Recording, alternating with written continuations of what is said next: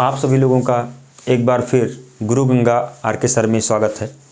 हम सभी लोग आज प्रकाश के अपवर्तन का टॉपिक पढ़ेंगे, क्योंकि हम लोगों ने इसके पहले वाले वीडियो में पढ़ा था प्रकाश का परावर्तन कैसे होता है, किस तरह से होता है, ये सब हम लोग जान चुके हैं। तो अपने इस वीडियो में हम लोग पढ़ेंगे कि प्रकाश का अपवर्तन किस तरह से होता है। देखिएगा, प्रकाश का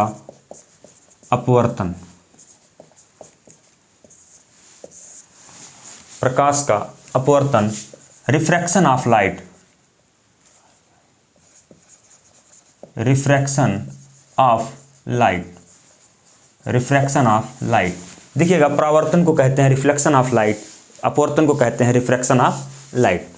देखिए, परावर्तन में हमने क्या सीखा कि जब कोई प्रकाश किसी माध्यम के तल से टकराता है और टकरा करके पुनः अपने पहले माध्यम में वापस आ जाता है, तो इस घटना को हम लोग क्या कहते हैं, प्रकाश का परावर्तन। इसमें हमको क्या देखना है, प्रकाश का अपवर्तन। देखिएगा, अपवर्तन में होता था कि प्रकाश लौट रहा था, परावर्तन में था कि प्रकाश लौट रहा था। अपवर्तन में क्या होगा कि प्रकाश लौटेगा नहीं। देखिए, परावर्तन के लिए जरूरी था, परावर्तन में आपका जरूरी था कि माध्यम कैसा हो, जिस पे टकराए वो तल कैसा होना चाहिए, आपका अपारदर्शी। कैसा होना चाहिए, अपारदर्शी। वो आपका तल होना चाहिए अपारदर्शी। देखिएगा, अपवर्तन में क्या है, अपवर्तन में कैसा होना चाहिए, पारदर्शी। अपवर्तन में कैसा होना चाहिए, पारदर्शी। इन चीज़ों को हम लोग सीखेंगे कि पारदर्शी में किस तरह से प्रकाश का अपवर्तन होता है। देखिए, अपवर्तन का मतलब क्या है कि जैसे कोई प्रकाश की किरण आ रही है, ये मान लीजिए तल है, ये तल कैसा है, पारदर्शी। कैसा है, पारदर्शी। अगर तल पारदर्शी होगा तो प्रकाश की किरणें इसको क्या करेंगी, बेच जाएंगी।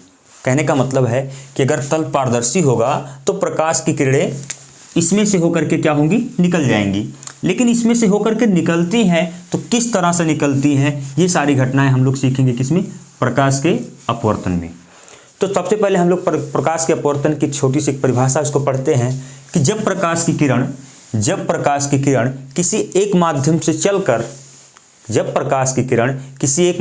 चलकर दूसरे माध्यम के तल से टकराती है तो वो अपने मार्ग से कुछ विचलित हो जाती है। इसी घटना को क्या कहते हैं, प्रकाश का अपवर्तन कहते हैं। देखिएगा कैसे, ये मान लेते हैं कि एक क्या आपका है, इसका नाम है अपवर्तक तल, इसका नाम है अपवर्तक तल। ये आपका एक माध्यम है। सपोज करिए कि प्रकाश की किरण यहीं से आ रही हैं, इस पर एक हम अभिलंब खींच देते हैं। देखिए, अब यहाँ से अगर एक प्रकाश की किरण डाली जाएगी किसी तल पर, तल कैसा है, पारदर्शी। तल कैसा है, पारदर्शी तल होना चाहिए कि जिसमें से होकर के प्रकाश की किरणें आर पार जा सकें। तो जब ये प्रकाश की किरण आती है, किसी एक माध्यम से चल करके आती है, दूसरे माध्यम के तल से टकराती है, तो देखिएगा क्या होगा, ये इसका नाम है अभिलंब।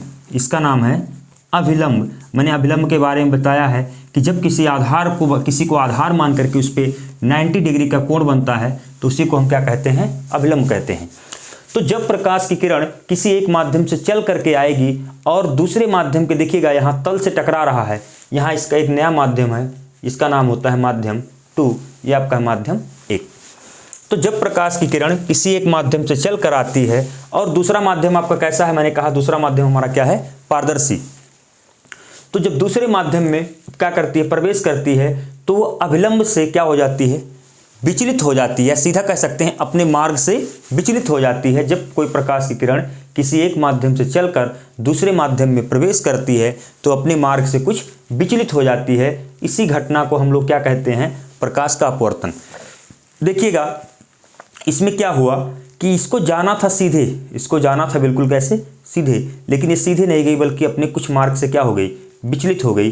ये विचलित क्यों होती है, कैसे होती है, इन सारी चीज़ों के बारे में हम लोग सीखेंगे। ये छोटा सा परिभाषा था कि जब प्रकाश की किरण किसी एक माध्यम से चलकर दूसरे माध्यम में प्रवेश करती है तो अपने मार्ग से कुछ विचलित हो जाती है। इसी घटना को कहते हैं प्रकाश का अपवर्तन। अब देखिएगा किस तरह से इसमें अपवर्तन होता है। इसमें माध्यम दो प्रकार के होते हैं, एक माध्यम होता है सघन और दूसरा माध्यम होता है विरल। देखिएगा, सघन का मतलब होता है कि जहाँ पर कण क्या होते हैं, दूर दूर होते हैं। सघन का मतलब होता है कि जहाँ पर कण पास पास होते हैं, ऐसे मीडियम को हम लोग क्या कहते हैं, सघन कहते हैं।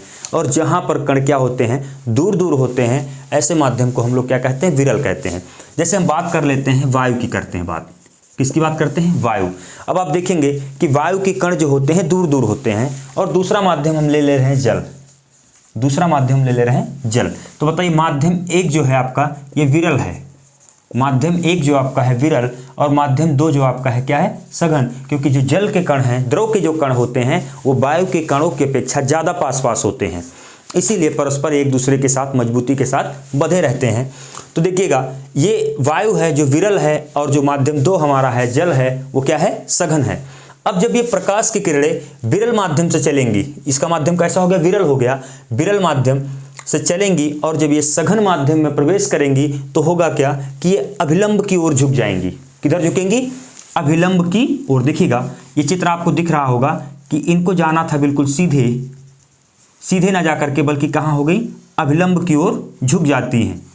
तो जब कोई प्रकाश की किरण किसी विरल माध्यम से चलकर सघन माध्यम में प्रवेश करती है तो अपने अभिलंब की ओर थोड़ा सा क्या होती है, झुक जाती है। जस्ट इसी का अपोजिट परिभाषा होगा कि जब ये प्रकाश की किरण सघन से चलेगी, कहाँ से, सघन से, यानी यहाँ कह सकते हैं जल, और यहाँ आपका हो जाएगा वायु, यहाँ आपका हो जाएगा वायु।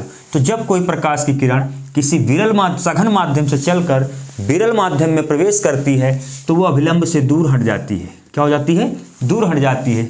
आप लोगों को हमें लग रहा है समझ में आ रहा होगा, क्योंकि बहुत आसानी के साथ इसको मैं बता रहा हूँ इजी तरीके से, कि जब प्रकाश की किरण किसी सघन माध्यम से चलकर विरल माध्यम में प्रवेश करती है तो अभिलंब से दूर हट जाती है, और जब विरल से सघन में प्रवेश करती है तो अभिलंब की ओर झुक जाती है। ठीक, जैसे आपने अपवर्तन में पढ़ा था, आपतित किरण, इसका नाम क्या है, आपतित किरण, और जो अपवर्तन हो रहा है इसका नाम है अपवर्तित किरण, इसका नाम है अपवर्तित किरण। आपतित किरण और अभिलंब, इसका नाम है अभिलंब। आपतित किरण और अभिलंब के बीच बने कोण को आपतन कोण कहते हैं। और अपवर्तित किरण, देखिए परावर्तन नहीं हो रहा है बल्कि प्रकाश इसी में प्रवेश कर गया। अपवर्तित किरण और अभिलंब के बीच बने कोण को अपवर्तन कोण क्या कहते हैं, अपवर्तन कोण कहते हैं। आई होप आप लोगों को समझ में आ रहा होगा वीडियो। बिल्कुल ना समझ में आ रहा होगा तो बिल्कुल आप कमेंट बॉक्स में लिख दीजिएगा। हम अगला वीडियो जो होगा थोड़ा केयरफुल होकर के और थोड़ा स्लो बनाएंगे, क्योंकि इसमें हम वीडियो को छोटा बनाने के चक्कर में थोड़ा इसमें जल्दी बोलने का प्रयास कर रहे हैं। अब देखिएगा, ये आपकी घटना हो गई कि प्रकाश का अपवर्तन कैसे होता है, किस तरह से होता है, विरल से सघन में जाता है तो क्या होता है, या सघन से विरल में जाता है तो क्या होता है। अब हम देखेंगे कि प्रकाश के जिस तरह से परावर्तन के दो नियम थे, उसी तरह से आपके प्रकाश के अपवर्तन के भी क्या हैं, दो नियम हैं। प्रकाश के अपवर्तन के भी दो नियम हैं। देखिए चित्र नहीं मिटा रहे हैं क्योंकि चित्र का थोड़ा सा काम है, इसको हमने मिटा दिया, गलत किया। देखिए पहला नियम क्या है, पहले नियम को हम लोग कहते हैं स्नेल का नियम। पहले नियम को हम लोग क्या कहते हैं, स्नेल का नियम। ये क्या है कि आपतन कोण की ज्या, देखिएगा इसका नाम क्या है, आपतन कोण। ज्या का मतलब होता है साइन। आपतन कोण की ज्या अर्थात साइन आई अपवर्तन कोण की ज्या के अनुक्रमानुपाती होता है। आपतन कोण आपका आई था, अपवर्तन कोण आपका क्या है, आर है। तो आपतन कोण की ज्या अपवर्तन कोण की ज्या के अनुक्रमानुपाती होता है। जैसे हम अनुक्रमानुपाती का चिन्ह हटाते हैं, यहाँ एक कांस्टेंट आ जाता है जिसको हम माध्यम का अपवर्तनांक कहते हैं। तो n बराबर हो जाएगा आपका साइन आई बटे साइन आर। साइन आई बटे क्या हो जाएगा, साइन आर, जहाँ n क्या है, माध्यम का अपवर्तनांक है। अपवर्तनांक के बारे में हम नया वीडियो बनाएंगे, इसमें चूंकि वीडियो बहुत बड़ा हो जाएगा। तो n बराबर हो जाएगा साइन आई बटे साइन आर। ये आपका हो गया स्नेल का नियम। इसमें जो दूसरा नियम है सेम आपका परावर्तन वाला नियम है कि आपतित किरण, इसका नाम क्या है, आपतित किरण, इसका नाम है अपवर्तित किरण, और आपतन बिंदु, यहाँ भी इसका नाम होगा आपतन बिंदु। आपतन बिंदु पर खींचा गया अभिलंब तीनों एक ही तल में होते हैं। सेम परिभाषा आपका दूसरा होगा। तो आई होप आप लोगों को प्रकाश का अपवर्तन समझ में आ गया होगा। अगर आप लोगों को समझ में आ रहा है तो कमेंट बॉक्स में ज़रूर लिखिएगा। Okay, thanks. नेक्स्ट वीडियो में फिर मिलते हैं।